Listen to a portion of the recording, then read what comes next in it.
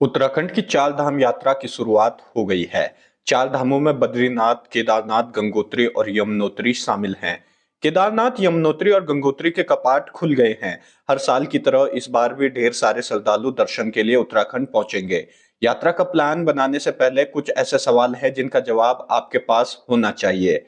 जैसे, दर्शन कैसे होंगे, यात्रा के दौरान क्या करना है, क्या नहीं, और ठहरना कहाँ है। चलिए जानते हैं चारधाम यात्रा से जुड़ी हर एक छोटी जानकारी। चारधाम यात्रा का रजिस्ट्रेशन आप उत्तराखंड पर्यटन विकास परिषद की वेबसाइट पर जाकर कर सकते हैं। इसके अलावा आपके पास 8394833833 नंबर पर व्हाट्सएप करने का भी ऑप्शन है। चारधाम यात्रा के लिए आईआरसीटीसी ने शानदार टूर पैकेज की शुरुआत की है। इस पैकेज में आपको बद्रीनाथ, बरकोट, गंगोत्री, गुप्तकाशी, हरिद्वार, जानकी चट्टी, केदारनाथ, सोनप्रयाग, उत्तरकाशी और यमुनोत्री घूमने का सुनहरा अवसर मिलेगा। अगर आप चारधाम यात्रा पर जाने का प्लान बना रहे हैं तो सबसे पहले आपको बैग में गर्म कपड़े रखने हैं। यात्रा की शुरुआत में आपको लगेगा कि गर्मी है, लेकिन जैसे जैसे दिन ढलता है ठंड बढ़ती जाएगी। रात के समय केदारनाथ का तापमान माइनस में चला जाता है, बर्फबारी भी शुरू हो जाती है। ऐसे में आपको जैकेट, कोट कैरी करना आवश्यक है।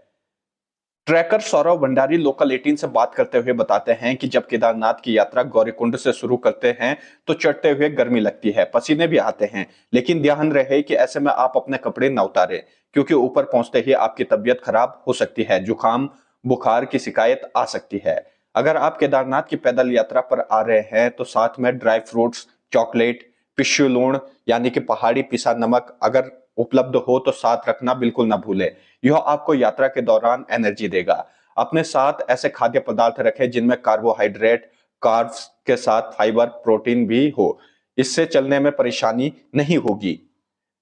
अगर आप किसी बीमारी से ग्रसित है या फिर शुगर, बीपी की कोई दवाइयां चल रही है तो उन्हें साथ ले जाएं। पैदल चल रहे हैं तो रुक रुक कर चलें। अगर स्वास्थ्य को लेकर किसी तरह की शंका है तो ट्रैक करते वक्त ही चेकअप करवा लें। डॉक्टरों की सुविधा यहाँ उपलब्ध है। देखिए, यात्रियों के लिए अलग अलग व्यवस्था है। आप चाहे तो पैदल भी आ सकते हैं, जिसके पैदल बसता है वो पैदल आइए, वरना घोड़े खच्चर भी हैं यहाँ पे, घोड़े खच्चर में भी आप आ सकते हैं। पालकी वगैरह भी है, पालकी में भी आप आ सकते हैं।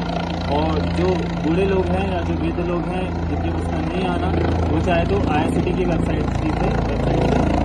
तो देखिए, अब वैसे तो मई का मौसम आ गया है तो गर्मी हो चुकी है, लेकिन जैसे अगर आप केदारनाथ की बात करें, केदारनाथ में जो मौसम है हमेशा बदलता रहता है, कभी भी ठंडा हो जाता है, कभी गर्म हो जाता है। तो जब आप चढ़ते हैं तो चढ़ते टाइम तो आपको थोड़ा गर्मी लग रही होती है, तो गर्म, लेकिन मैं आपको सजेस्ट करूंगा कि जब आप ऊपर चढ़ते हैं तो आप अपने गर्मी की वजह से अपने कपड़े ना उतारें, क्योंकि आपको ऊपर पहुंचते ही आपकी तबीयत खराब हो सकती है, आपको जुकाम हो सकता है या फीवर आ सकता है। तो जैसे आप चढ़ रहे हैं नीचे से, तो नॉर्मल जो आपके गर्म कपड़े हैं उनको पहन के ही चलें और ऊपर तक ऐसे ही रखें। और रात को क्या है कि रात को केदारनाथ में मौसम बहुत ठंडा हो जाता है, इवन टेम्परेचर आपका -2, -1 आजकल मई में ये जा रहा है, जबकि अभी गर्मी का मौसम आ चुका है। तो जून में भी आप एक्सपेक्ट कर सकते हैं कि यही टेम्परेचर रहने वाला है। तो अगर आप यहाँ पे आते हैं तो प्रॉपर अपने गर्म कपड़े लेके आएँ और अपनी जो मेडिसिन होती हैं वो भी आप लेके आएँ। अगर किसी को कोई बीमारी है तो उसकी मेडिसिन, शुगर वगैरह जो भी होता है, बीपी की प्रॉब्लम जो होती है, तो अपनी जितनी पर्सनल मेडिसिन है वो अपने साथ जरूर रखें। धन्यवाद।